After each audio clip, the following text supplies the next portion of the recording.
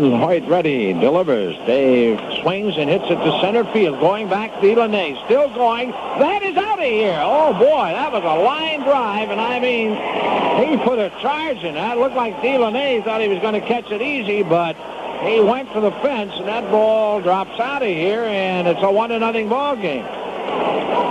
All about 30 feet to the right of the 405 marker, so Dave hit that ball a good 400 plus. And just like that, it's 1-0. That's the fourth hit of the game for the Reds. Hoyt has the sign from Bochy. And the 1-1. Runners go. The pitch is swung on and grounded into right field. That'll score 1 run. Isaski scores. On his way to third is Bell, and it's a 2-0 ball game. So it works. George Serger says we're going to start trying to create some things, and they have here. Oster breaking his back, but Royster was going towards second and could not recover in time. So Ron gets his 25th RBI of the year as Isaski scores from second. Bell moves around to third, and Tom Browning the batter. The stretch by Hoyt. Browning again squares the bunt and does this time third base side. And here comes Buddy. The throw goes to first. All hands are safe. On his way to third is Oster. So some good base running by Buddy Bell, and that's no kidding. There's no one covering at third base, and Buddy laying right behind Kurt Bavacqua, and Kurt paid no attention at all to Buddy Bell. He just came up throwing to first, and Jerry Royster taking the throw. Buddy broke as soon as Bavacqua threw, and Royster forgot to tag the bag at first base, so all hands are safe. It's a 3-0 ball game, and runners still on the corners. That's Oster at third and Browning at first. And they're going to charge an error to... there's no error. Well, we have an error, but RBI. Giving Browning an RBI on the fielder's choice or a sacrifice.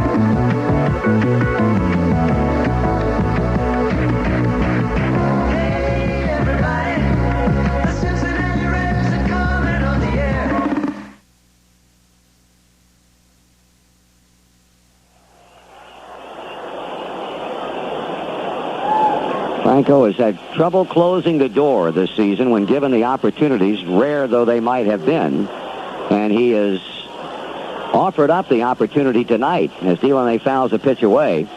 Being brought on in the 7th inning and still out there with 2 outs to go.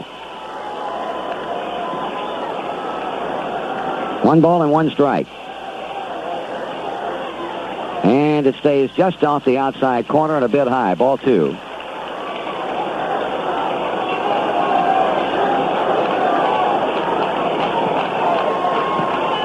Here's a shot back into left field, but it's going to be played by Nicky Saski, and the Padres are down to their final out. Now Gary Templeton, 1 for 4, a base hit back in the third.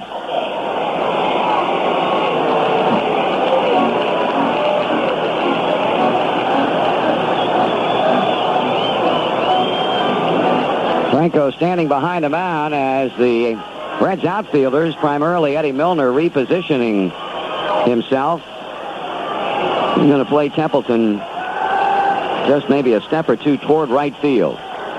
Pitch, swing, and he fouls it off. Strike 1.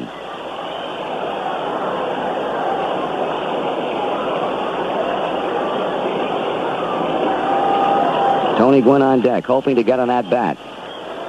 Franco trying to wrap it up in 1-2-3 fashion here in the ninth.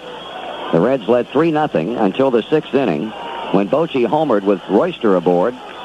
They missed a scoring opportunity in the 8th, San Diego did, while the Padre relief corps of Lefferts and Jackson have completely shut down the Reds offense since a fifth inning base hit by Pete Rose. 1 ball and 1 strike. In fact, the Padres have now out-hit the Reds 9-8.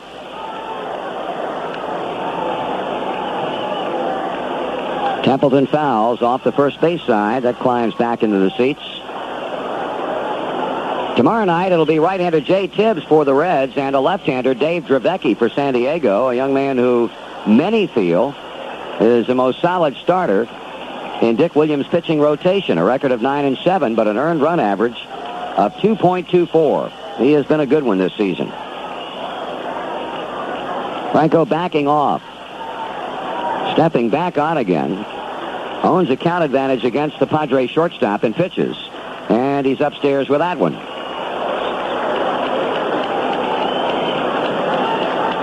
Two balls, 2 strikes, 2 out. Nobody on top. Bottom of the 9th inning. Line drive, base hit. Right field. Templeton keeps him alive with a single into right. And now Tony Gwynn will bat.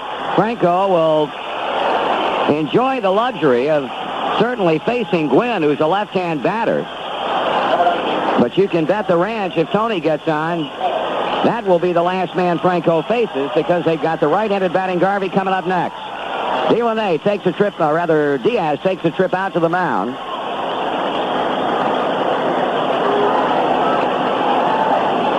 Ten hits now for San Diego, and 3 of those 10 off John Franco. Tony Gwynn, an infield single in the 5th. He was on in the 1st through an error by Buddy Bell. A very, very tough out. Call strike as Franco comes to him with a belt-high fastball.